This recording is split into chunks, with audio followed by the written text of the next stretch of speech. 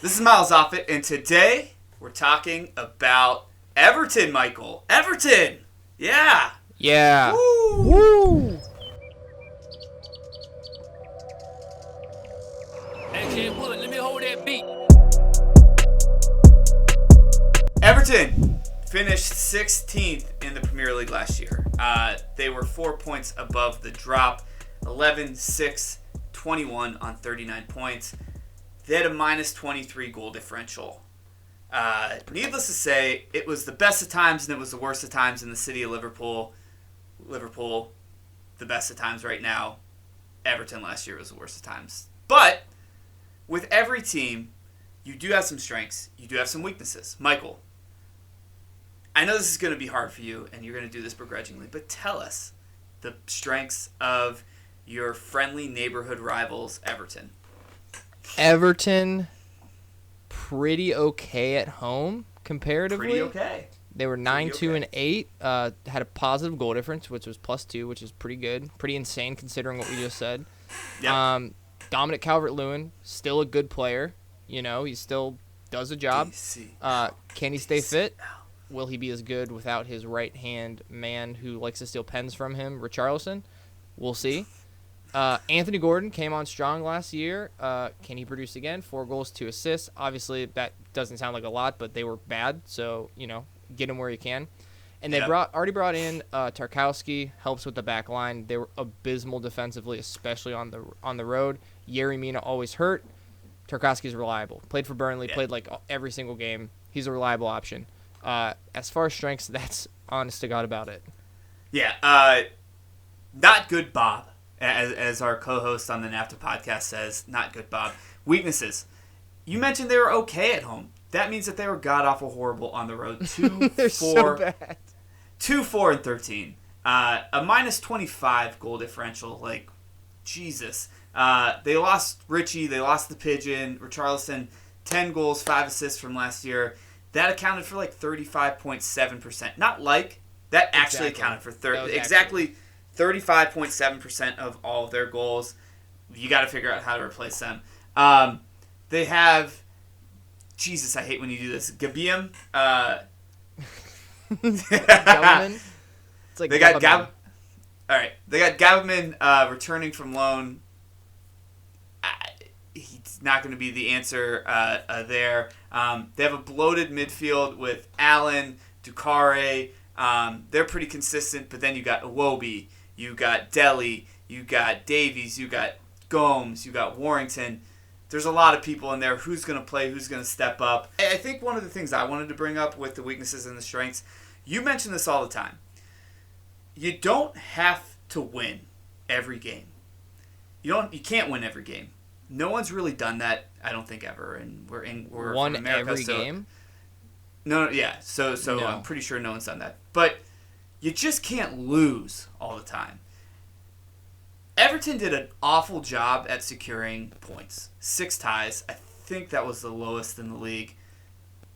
That's got to be something that is rectified because how they consistently stay in the middle of the pack and stay in the Premier League is getting some of those ties against teams like Liverpool, like Man City, and then like Crystal Palace, or the teams that they should be competing with, getting wins and getting 3 points there. Yeah, just another thing too. We're gonna in a little bit talk about where they should buy and how to fix all this.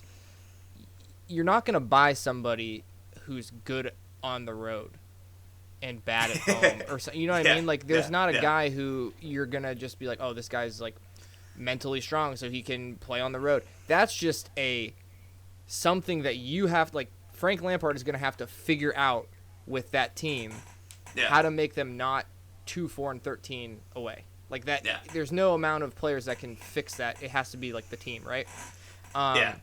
Wait. Speaking of Frank Lampard, I know we're going to get off on a tangent if I bring this up, but I got to do it. Another weakness of this team, Frank Lampard, has got to be his attire.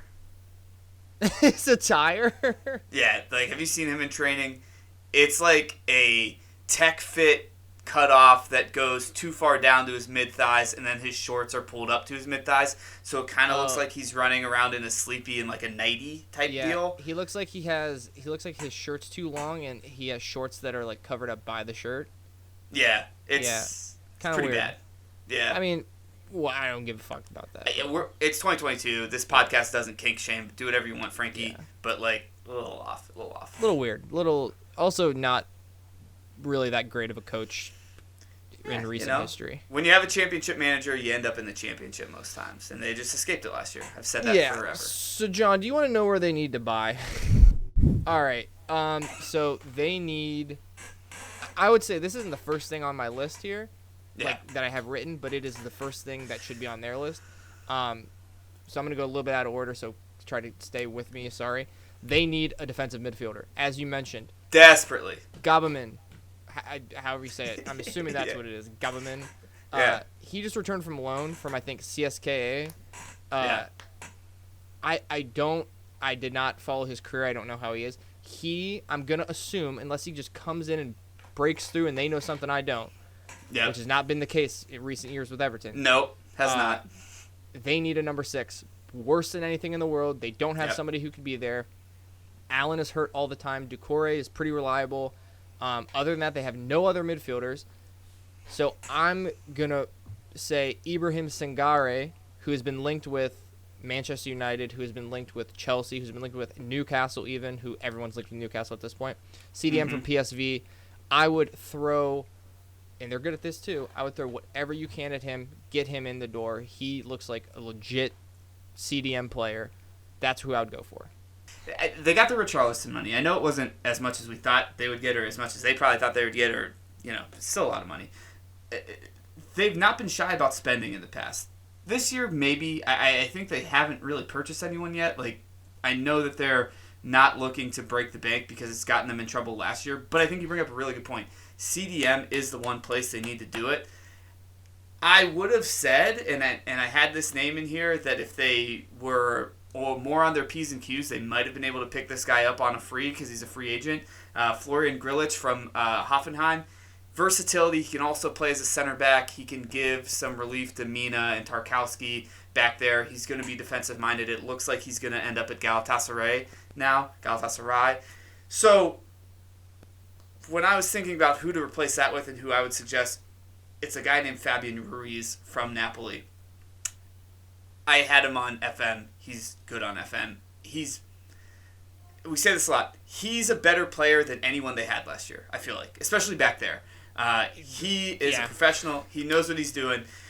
Another way that they can get him, he's demanding a wage that is way too high for Napoli. You know what that means? It's the perfect amount for you. You can afford him. You can go get him, and he's going to come in and play.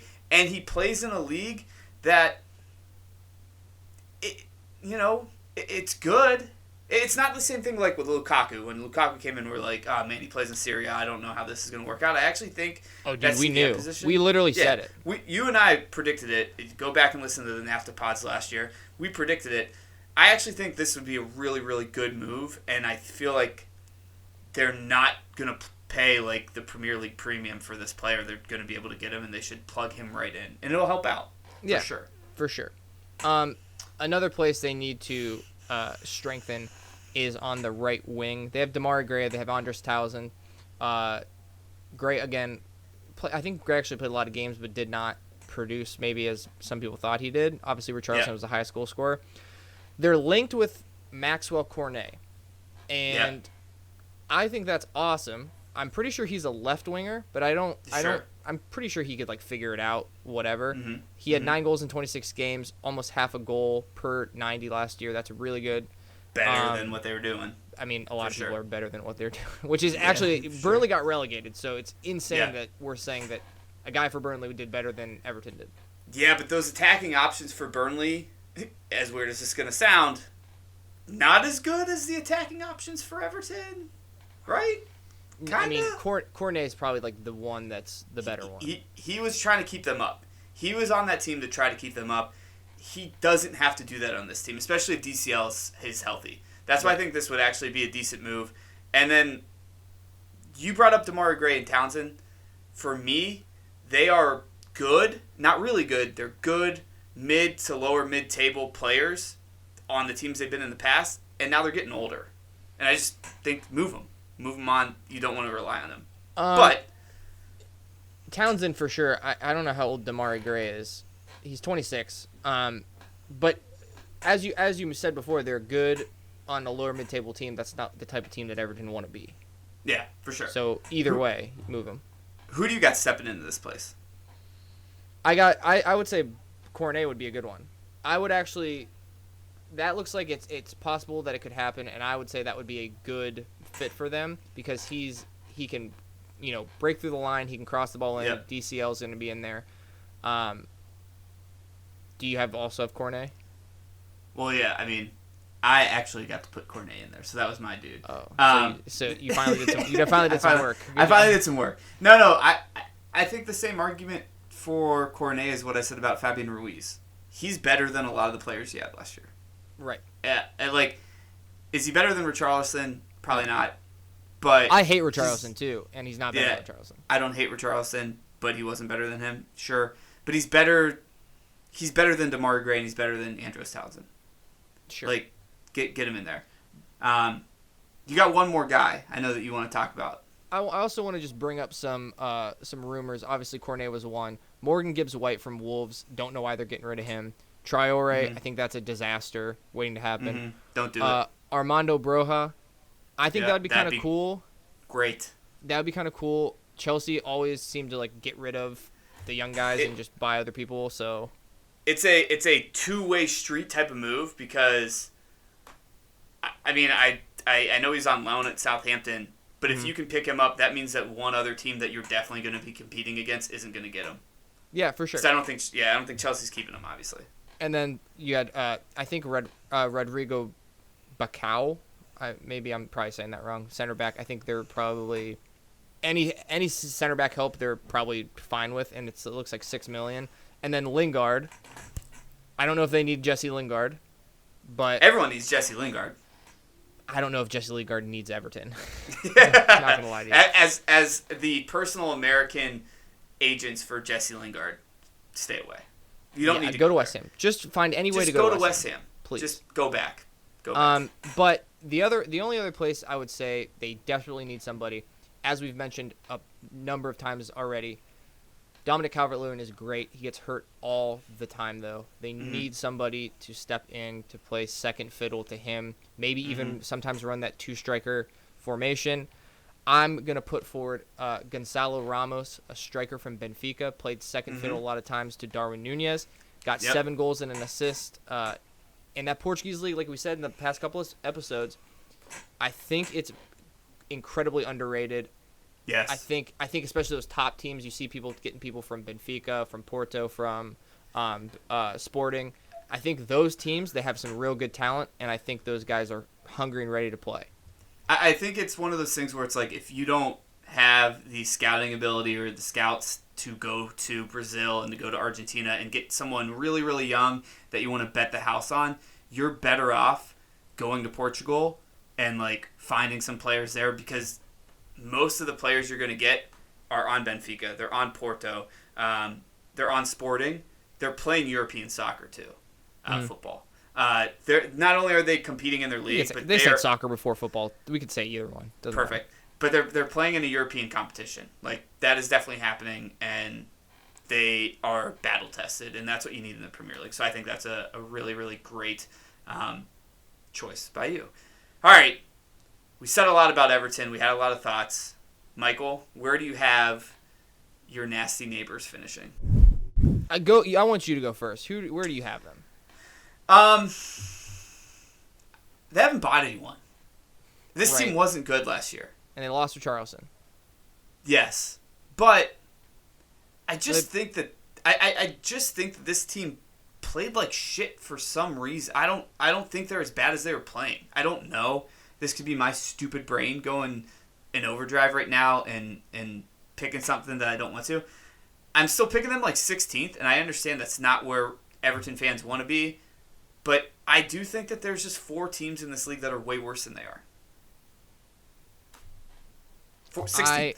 I cannot justify at this exact moment. Yeah. Based on what they've done, they've brought in Tarkowski, which is good. Yeah. Okay. Good job. Yes. At this moment, if you said who was better at the end of the year last year, when they had Richarlison, Mm-hmm. or now without Richarlison, and you add Tarkowski. Yeah. And everyone in the Premier League is getting better. Yeah. It seems like, with the exception of like 2 teams who were better than Everton last year. But do you think if your Leeds effect type thing where you're like, Calvin Phillips didn't even play, losing him is not as big of a deal. The fact that DCL didn't play that much, do you think that basically getting him is signing a striker again and they're better? No? Yeah. Well, so he played 17 matches and scored 5 goals, 2 assists. That's pretty good. Yeah. Especially because it wasn't like 17 straight matches. It was like, here and there. Yeah. It still doesn't change the fact that you had a guy who played all year who accounted for more than a third of your goals. Yeah. So valid point. At this exact moment, again, I give you a range. I think there are probably 2 teams in the league that are worse than them. But I think at best there are 4 teams in the league that are worse than them. So I have them 16 to 18. I think they could legit get relegated. If they don't, this is what I'll say too. If they don't do anything, and I can't imagine a world where they don't sign somebody, like at least some bodies or whatever. Because again, they have nobody to play 6. They have no CDM except for Gabamon, who I don't know who the fuck he is. We don't know. Yeah. If they don't do anything, they will get relegated. Okay. A harsh warning from a Liverpool fan to all the Evertonians out there. I say it with love. Yeah, okay. With a lot of vitriol. Like, subscribe, share. Give us your thoughts. Is Everton getting relegated? Was last year just an omen for a way worse this year? I hope so. Let us know. And until next time, miles off it. Everton's miles off it. Everton is multiple. It's the definition of miles off it.